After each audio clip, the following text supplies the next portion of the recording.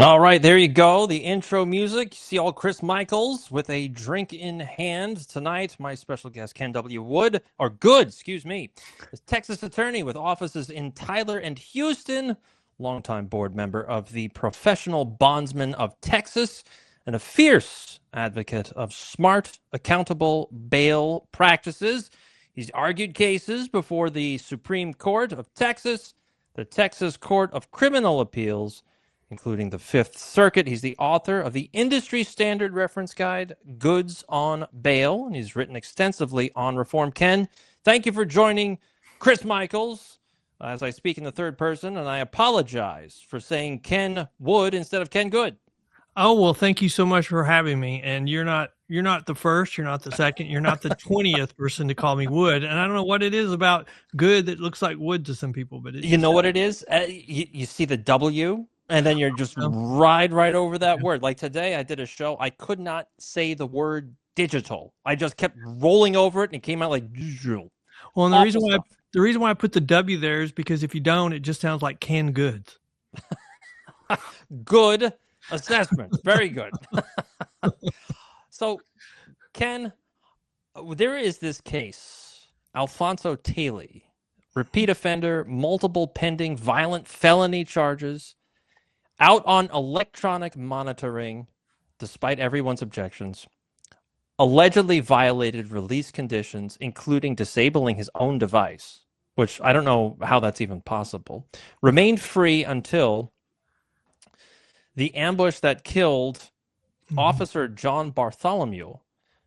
Now, from your perspective, focusing on bail law, sure, what do you see as the critical breakdowns in all of this process? I think the critical breakdown is thinking that the system, the criminal justice system, can do everything. I mean, let's just start with how many warrants does a large city have waiting to be served? And, it's not going to be 10 or 100. It's going to be tens of thousands of outstanding warrants waiting to be served at any given time. Yeah. So when this guy missed court, when he cut off his GPS little tracker, which is so easy to do, well, that just, at the most, the court just issues a warrant, goes down to the warrants division, joins all the hundreds, all the thousands of other warrants, tens of thousands of other warrants waiting to be served. And so you've got to usually, when they're not on a private surety bond or they don't have somebody monitoring them like the private industry, they've got to commit another crime before they come back into the system. Interesting. So, okay, well, you said something that a private bondsman? Like a bail bond. Yeah, a bail bondsman would be a private industry, would be the private industry. So explain to me that. So if you've got that private industry, source, then could it be that criminals would be held more accountable rather than waiting on them to commit another crime? Absolutely. And the reason why is because the bail industry acts like an insurance policy. They're guaranteeing appearance. So when they fail to appear, the bondsman is going to be penalized for that. However much the amount of the bond is going to be paid to the court, unless, like in Texas, you have a certain amount of time to get them back quickly to get their case back on track, and then you pay a lesser amount. So that there's an incentive for the bail industry to get someone to come back to court. And they normally would do that by talking to them and say, hey, dummy, you missed court, and let's get you back on track. Or by the most extreme, going and getting them, or Texas bondsmen can't rearrest, so they have to get a recovery agent or the police to go arrest them after they find them. Right. And so they're looking for them. That's the difference. I mean, the warrants division of a police department in an inner city is not simultaneously looking for 10,000 people. But when the bail industry has someone who misses court, they are actively looking for them. And that's the big difference. Interesting. Yeah, I didn't know that about that industry. I have a very limited experience because I've not had many run-ins with the law. That's right. Well, but like the private bail industry also provides a level of supervision the public doesn't realize. I mean, we're making people who are out on bond with us report weekly or bi-weekly, depending on the charge. And so we're keeping track of them. And also when they check in, they're usually checking in on an app, and the app will tell us where their GPS location is at the time they checked in. So Yeah. we have a pretty good report on them. And then usually we have, references from family members and stuff that we can get a hold of if they go off track, say, hey, where's little Johnny? What's happened to little Johnny? Or reverse, the family's calling us and saying, little Johnny is back on drugs. And so we're reporting that to the court. So there is no pretrial division that provides anything near the level of supervision that the private industry provides, because they're on the hook. They're guaranteeing appearance. Yeah, that's interesting. I did not know that level was occurring at the state and local police departments. That's very, very interesting. Now I'm a complete supporter. I was on the fence before. Well, there was a mayor at a town hall meeting on News Nation talking about alternatives to the private industry. And she's a former judge. And she said, until you've got an alternative that has the same level of supervision as the private industry and the same low failure to appear rate, you don't have an alternative. All you have is these little gimmicks that have high failure to appear rates and no accountability.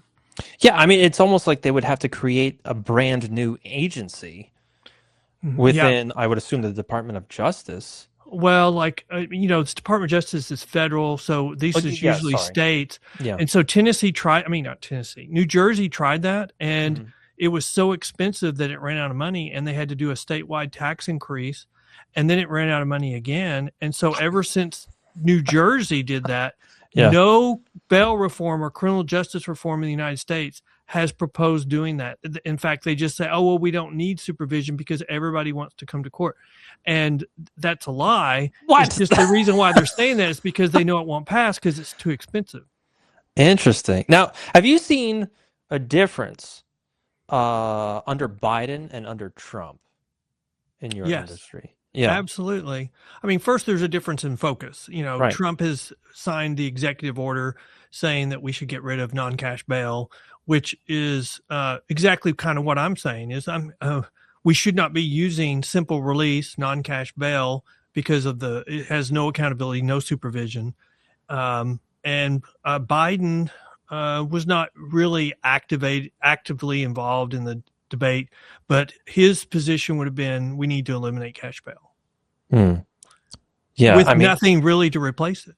Yeah, exactly. I mean, being from New York, I completely understand the dangers of that. Now, New York has been through bail reform, and they've now rolled it back 3 times. But their reform is all charge-based reform. So they made a long list of charges that said, if you're charged with this crime, the trial court has no discretion, has to release you on no bond. So you get released without a bond. So it's just your promise that you're going to come back. Oh, sure. And it's so shock. Failures to appear went up, and then crimes increased. And so 3 times they've taken things off the list and given the judges the discretion again to set bail. But crime is still the number one issue in the governor's race this time.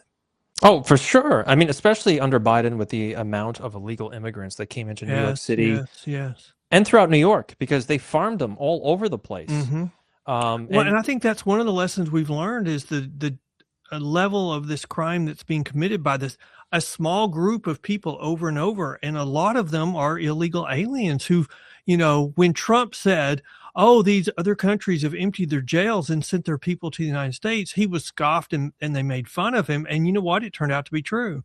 And when we capture career criminals from other countries and take them off the streets, shock of all shocks, crime goes down. Who would have thought that? Who would have thunk that? I'll just give you an anecdote.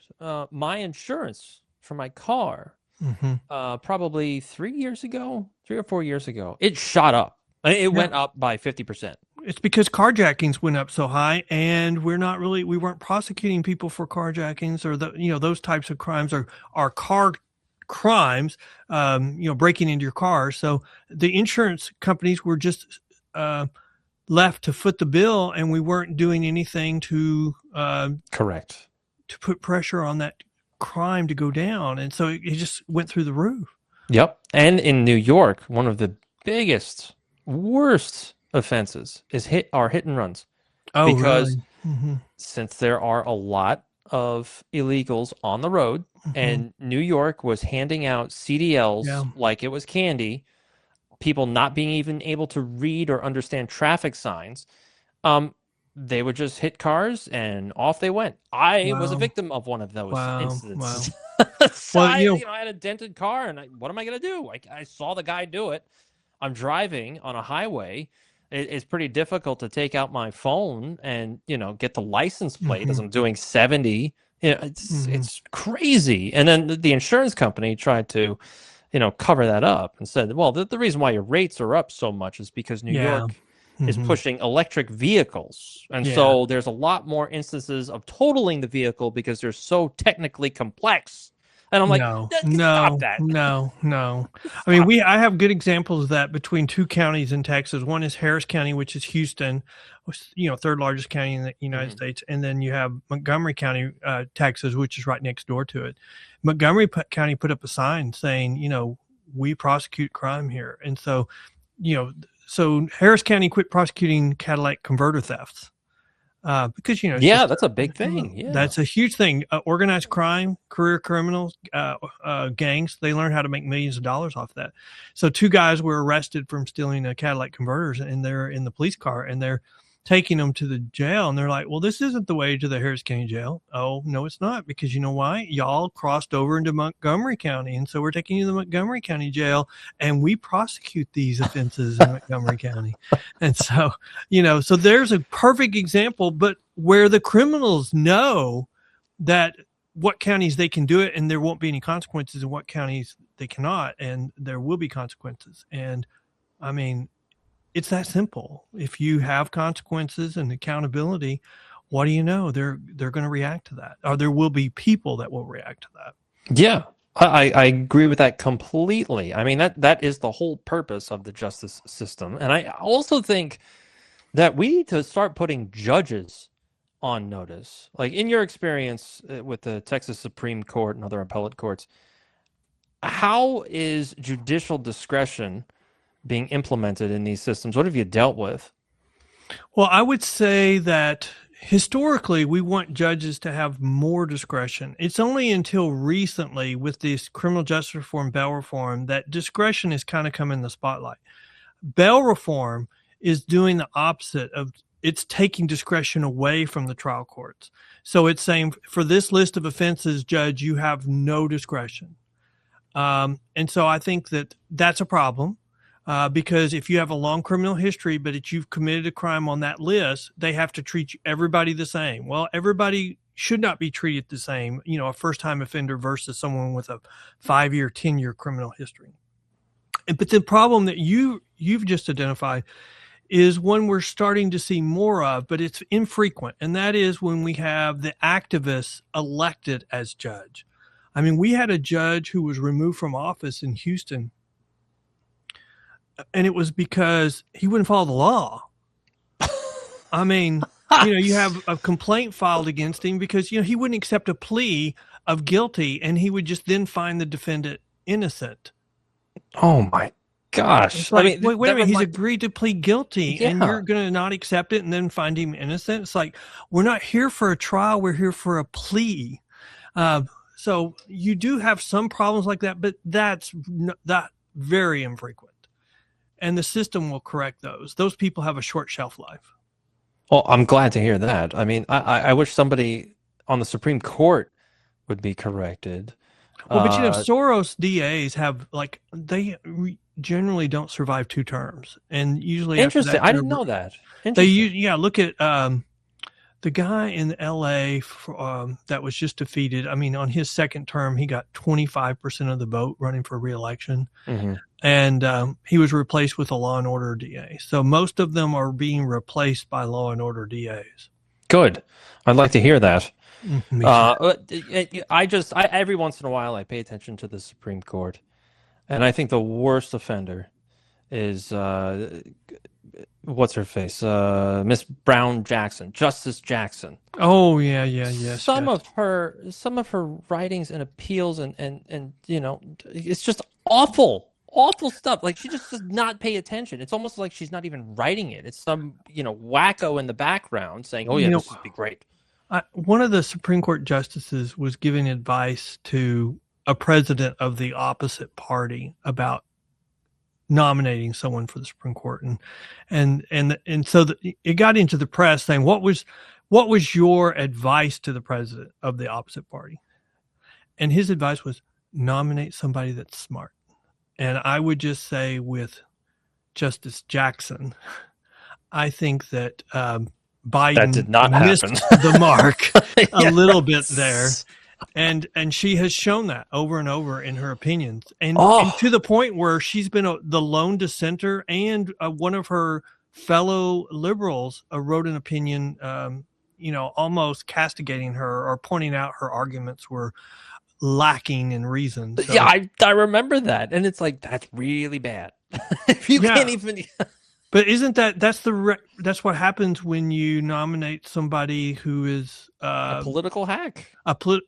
Politics over reason. I mean, you got to have a level of intelligence, especially at that level, because I'm going to tell you, I've argued a case at the Fifth Circuit very early. No, I've argued multiple cases at the Fifth Circuit, but I argued one early in my career, and the judges were just playing a game with me. And I need to be more shy. But I had a judge ask me a question, and he's a pillar, had a great reputation. And I looked at him and I'm like, Your Honor, I don't even know what you just said. I don't even understand what you just said. So could you ask it a different way? But I mean, I'm not shy. But, when people start getting concerned about trying to cover up that they didn't understand something or misunderstood something, then it becomes a game, and it's very clear. And those people at that level on the Supreme Court can just run circles around me, they run circles around you, and they're running circles around Jackson.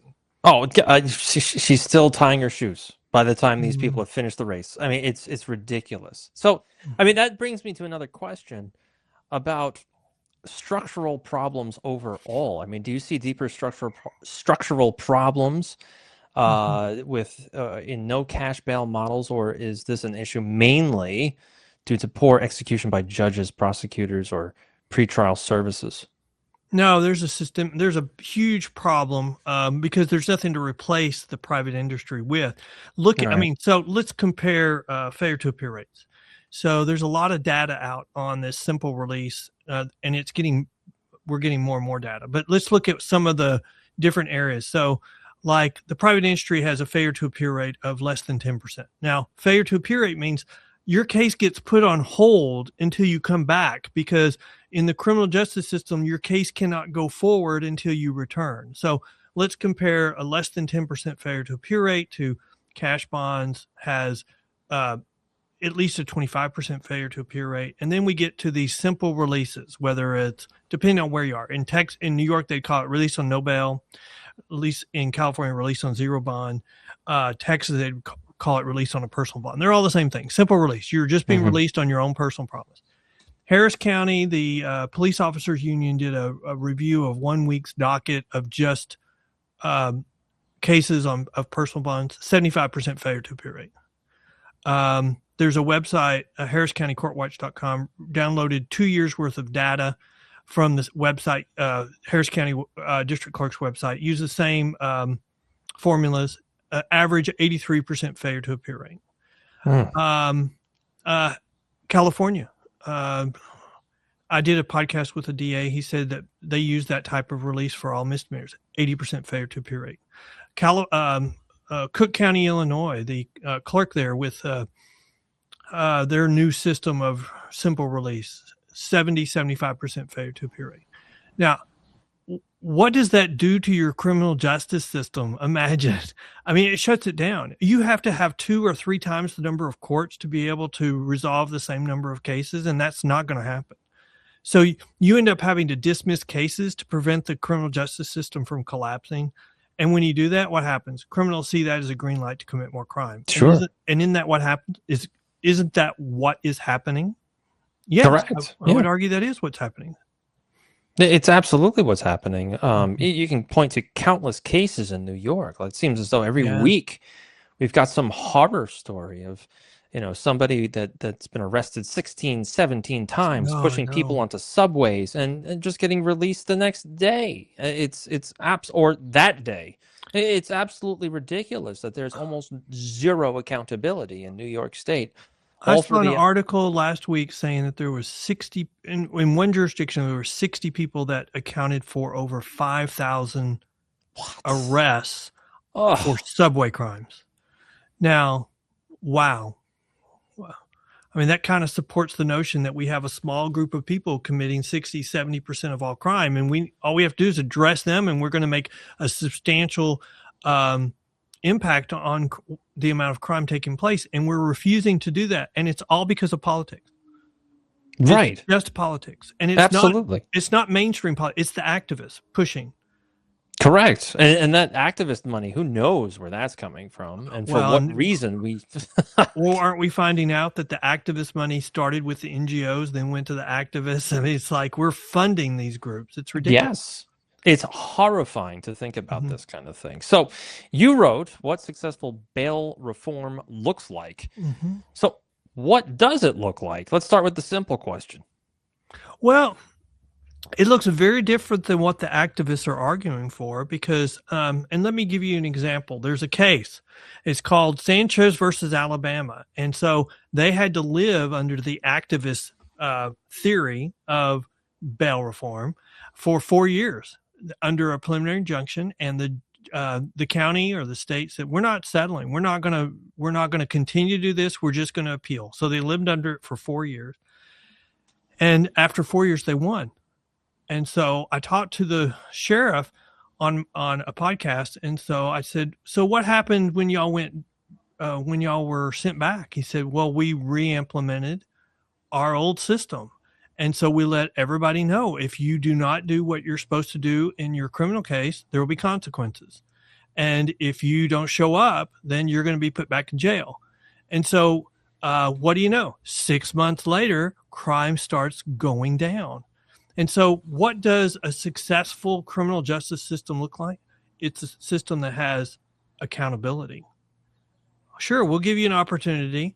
We're going to either give you a personal bond or give you a simple release or not. But if you don't come to court, there are consequences for that, which means either we're going to increase your bail or we're going to hold you in jail until until your case comes up.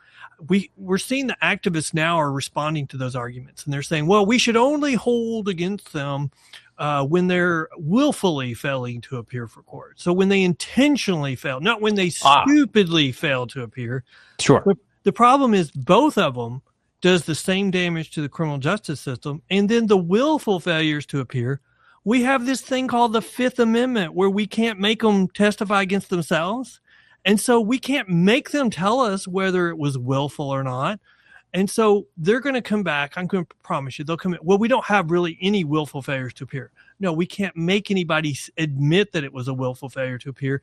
And so now we have these arguments. Well, it wasn't willful, so we shouldn't punish them. It's just another way of tying the hands of judges to constrain and constrict the criminal justice system because they see success as fewer people in jail, fewer cases being convictions, and they don't care what the crime rate is doing. And that's not public safety in my mind. No, absolutely not. Now, is there some argument of flexibility with, let's say, the county level or the state level? Now, what is a uniform statewide approach, and why is it potentially not as good as a county level flexibility on bail methods going to? Well, okay, so really, I think what you're It's a arguing is clumsy question. Basically, what I'm no, saying no. is What that you're saying at is the state level, who should be the one that makes the decision on essentially, applying yes. discretion. Thank you for asking my question. I mean, should it be the state that decides what charges people should be released for without bail and simple release, or should it be the judges? So should we have more discretion or less discretion from the judges, or should we have the state deciding those issues? I'm going to always argue for more discretion at with the judges, because our system of criminal justice is not intended to treat everybody the same. I mean, I'm a very pig-headed, ornery person, so it would take more pressure on me than it would probably you. And really, it's the reverse. I'm scared to death of going to jail, so you wouldn't have to threaten me with hardly anything to get me to turn around.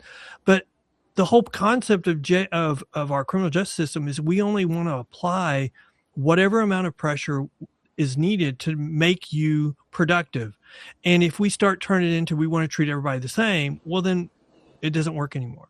We want to have the judges have as much discretion as possible. But to do that, we need judges who are following the state policy on bail. So Texas just enacted a bill that allows a judge to be removed if they're not following the state statutes on setting bail. Really? Let's do that for New York. I know. And so not only can you be removed, if someone files a complaint while they're doing the investigation, you have to be temporarily removed while they're doing that. That's fascinating. Because when you look at it on a New York scale, or at least in New York State, it seems like these judges are impervious to any sort of accountability. So they just release anybody at any time, and really nobody can do anything about it.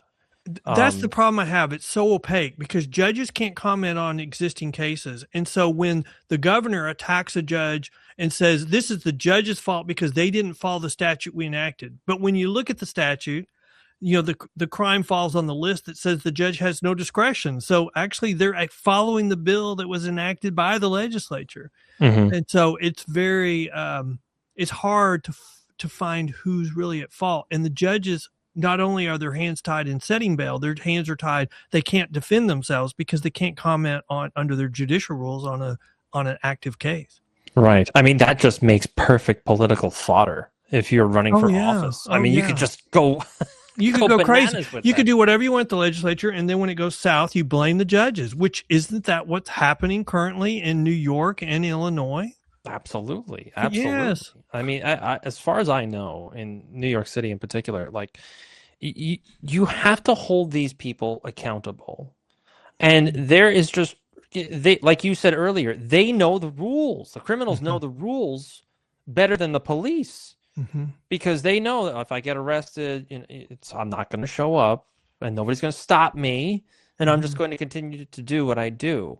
I really want some kind of Giuliani moment from back in the 1990s. I don't know if that's covering up spray paint or graffiti, whatever it is, but I miss the New York City of the early 2000s because it was a lot of fun to go in there. And now, I mean, I can tell you instances of walking over piles of God knows what in the middle of Midtown, which is supposed to be touristy. It's a travesty of what they let that city.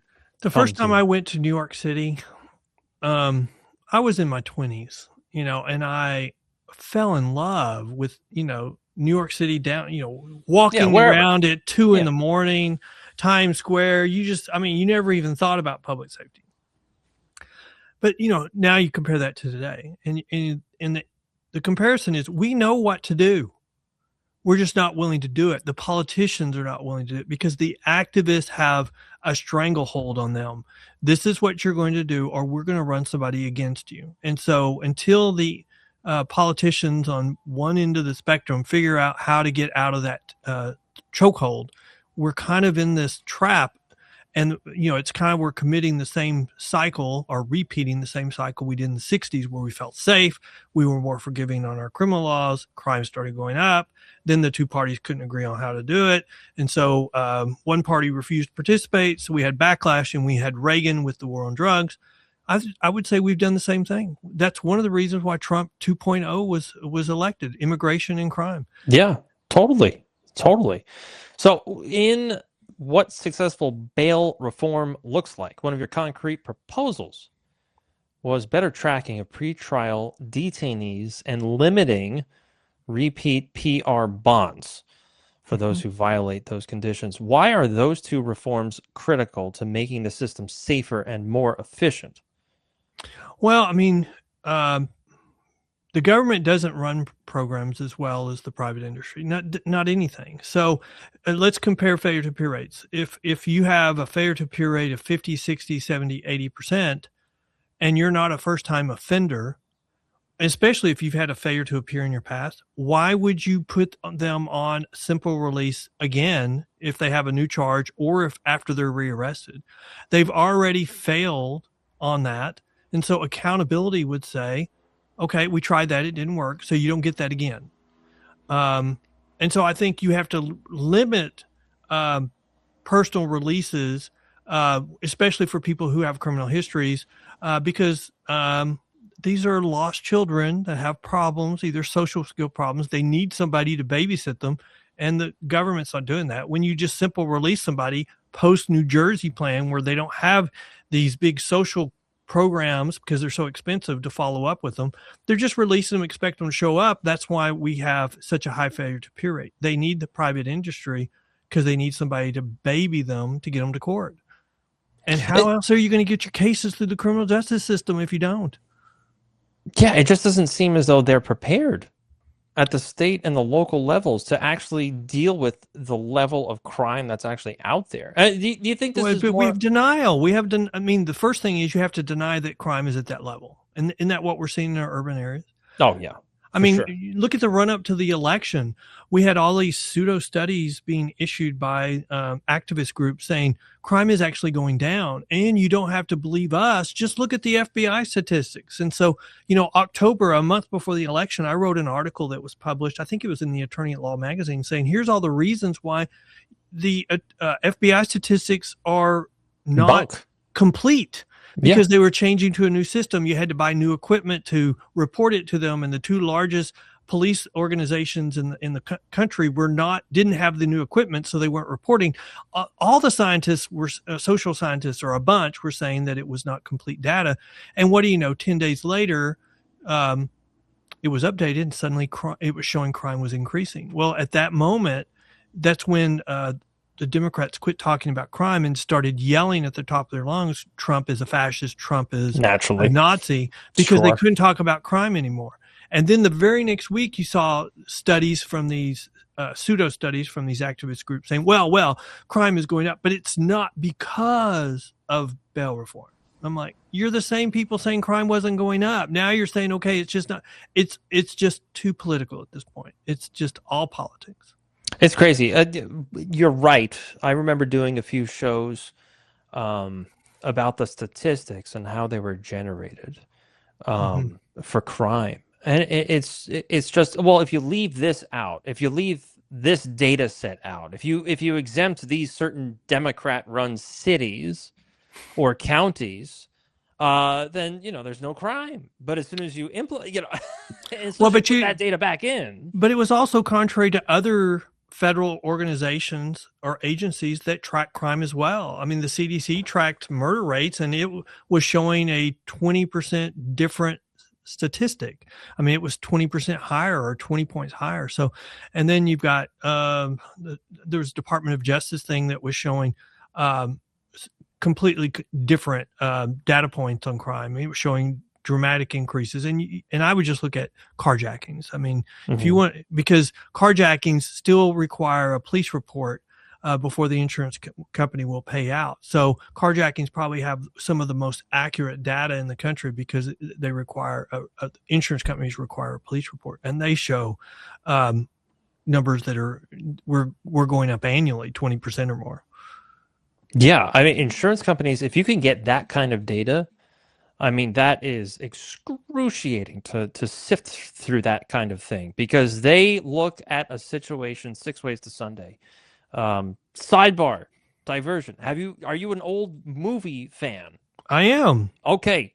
Did you ever see Double Indemnity with Edward G. Robinson? Oh my God, that is old movie. I know the name, but I don't know that I've seen the movie, because I'm a black and white movie fan.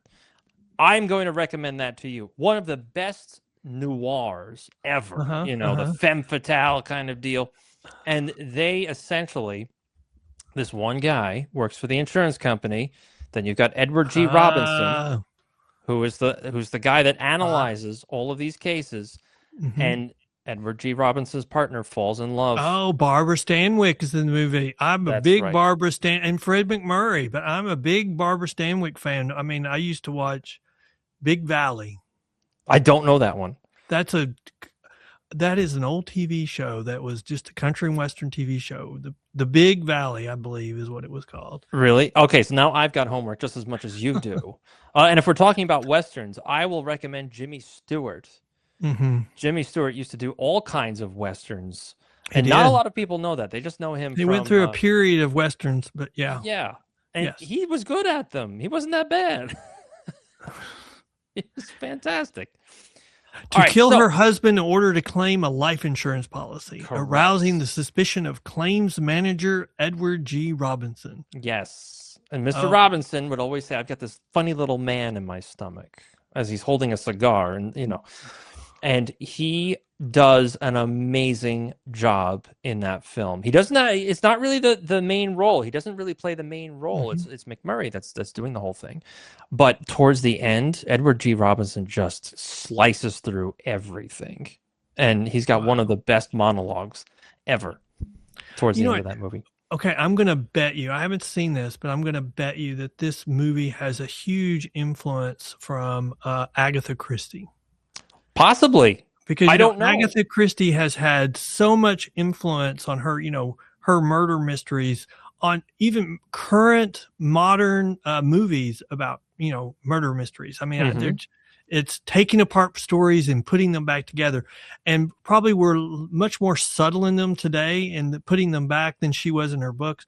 But I would say we have to give so much credit to Agatha Christie with what she wrote and how she's influenced the genre even to this day. Yeah, I mean, we have to start firing up Poirot again. Oh yeah, working yeah. the little gray cells to figure And out. and she had a Maples. She had a Yes. character, and I don't think she was very as popular as Poirot, but I probably fell in love with Maple before I read Poirot. Interesting. I haven't read Poirot. I just watched the Channel 13 one with I forgot the guy's name, but he did a fantastic representation of what it was in the 1920s, and he's got some good lines. Well, we did Really a family we did a family book club, and we and that probably Agatha Christie was our favorite really author for a period of time. So if we weren't getting along, or we were all parting ways, we would pick an Agatha Christie book. And she has, I think she has a book or a play that's like the second most read. I mean, under the Bible. I mean, it's like really. And then there were 10. Started out as being, entitled 10 little Indians, and then 3 little inward. Yep. And then now it's called and then there were none, or something like yes. that. The original title would be offensive today. So they had to change it. And it's excellent. I mean, you can see after you've read it, you can see why, because there's 10 people called to an island with a mansion on it. Of course, tells you the time period. And then every day somebody gets killed until everybody's dead. And so who's the murderer when everybody's dead? Because one of them committed suicide. You spilled the beans. That's it. It's really, really, really good, and you can see why it is so has been read so many times. Interesting. Now I've got more stuff to read. Now I'm going to leave you with this one. Right? You ever see The Big Sleep? You know what? I think I have. It's originally written by Raymond Chandler. Okay. So Raymond Chandler wrote a bunch of novels with his lead, Philip Marlowe. So Humphrey Bogart played Philip Marlowe in the 1940s, and I think Robert Mitchum redid it in the 1970s. Oh, poor but Mr. Mitchum does not hold a candle to Mr. Bogart. I can read these things over and over again by Raymond Chandler. I mean, he's one of the grandfathers of noir and femme fatales. If you read The Big Sleep, I still can't figure it out. I mean, I've seen the movie I don't know how many times. You need pins and string and a whiteboard to try and figure out all of the intricacies with all of this in there. But that is my recommendation for you for your book club, Raymond Chandler. Pick out any one of his. But isn't it interesting that every day our criminal justice system does something similar to that, taking apart different stories from different people and putting together who was the villain, who was the defendant that needs to be prosecuted for a given crime. Right. And then once they, file charges on them, we arrest them and they're admitted to bail. I mean, our activists always say, well, we have a presumption of innocence. Letting someone on bail doesn't have anything to do with innocence or guilt. It's just what assurance that you're going to give that you're going to come back to Correct. answer the charges. And if you're not going to give any assurance, then the court has the right to hold you. And that's really what we're fighting about in this bail reform is, why do people have to give assurances? And why do we have to hold them accountable if they don't come back? Well, because it has a significant impact on public safety and on crime. And if you're not going to do that, you should be held accountable. And that's the concept of our criminal justice system. And it's our concept of how we fight crime. And it's how we keep our public safe in the United States. Right. So what concrete policy changes would you recommend right now to governors, legislators, and judges? How do we restore faith in the public trust? Ooh, that's going to be hard to do when you've got activists who are eroding public trust at every turn. And that's going to be the problem. People ask me all the time, well, what's the compromise with the activists? And I'm going to say there's not a compromise, because they won't admit what they're doing is not working. They won't admit when it doesn't work. They don't admit that crime is going up. They won't admit that what they're doing is actually making the system worse. So it's hard to find a compromise with them. So we have to go back and do what we know works, and we have to reject what they've been proposing. So I would say we have to limit simple release. We have to rely more on the private sector, and we need to double down our judges and give them more discretion, but we need to ensure that they're following the bail policy that the legislature wants. And we need to get cases resolved, not dismissed, resolved. And that means I did a podcast with a judge one time, and I asked him, how do you resolve backlogs? And he's like, I don't know. I'm retiring. Maybe the next judge will be able to tell you. So let's kick the can. Sounds good. Well, but the problem is when you try, one capital murder case a month, and so that's 12 a year, but they filed 24 charges for capital murder in the meantime, you're 12 cases behind on where you started the year. So you're either going to have more courts or more temporary courts until you get your backlog resolved. And then you have to have metrics to measure to keep up, because who's the person overseeing the judges? I mean, that's a good question. I don't know. Nobody, because they get elected by the public. Right. And so if they decide to take off one day a week or resolve a lot fewer cases, which I don't think most judges do. They're all good intention, but what happens if they get sick? What happens if they get cancer? They're not going to be able to work as hard. So the problem is we need to have some kind of metric so that we can step in and assist judges when they fall behind and their backlogs grow. Because in my mind, the only way politicians know to fight backlogs is to dismiss cases, and we know what that does. That increases crime. Well, maybe there will be a use for all of those data centers then. Fire those bad boys up and let's go. No. I agree with you. I agree with you on that. It's going to be interesting to see, the data centers, what the future holds for those, because I think it's going to be a glut, and so there'll be a falling out, and so. But we'll see. Definitely. We'll see. A data center bubble that will burst. Oh, that sounds fun too. I can't wait for that. Ken, thank you so much for joining the Chris Michaels Show. If people want to find and follow you, where can they go? They can go to pbtx.com, PBTX, the Professional Bondsmen of Texas.com. We have our own little blog where we highlight criminal justice stories, and we also have our own podcast. There's a link on the menu, or you can go directly to thebailpost.com. All we do is talk about criminal justice issues, what works and what does not work. That's fantastic stuff. Everybody, I do want you to follow Ken. Go to those websites, listen to those podcasts, and Ken, do not be a stranger. I hope you do come back in some point in the rest of the year, because I can almost assure you we've got plenty to talk about, especially with what we were discussing off the recording You're just an interesting fellow, and like I said, I want everybody to follow you and read your blogs and listen to those podcasts. Ken, thank you very much for joining the Chris Michaels Show. Thank you so much for having me.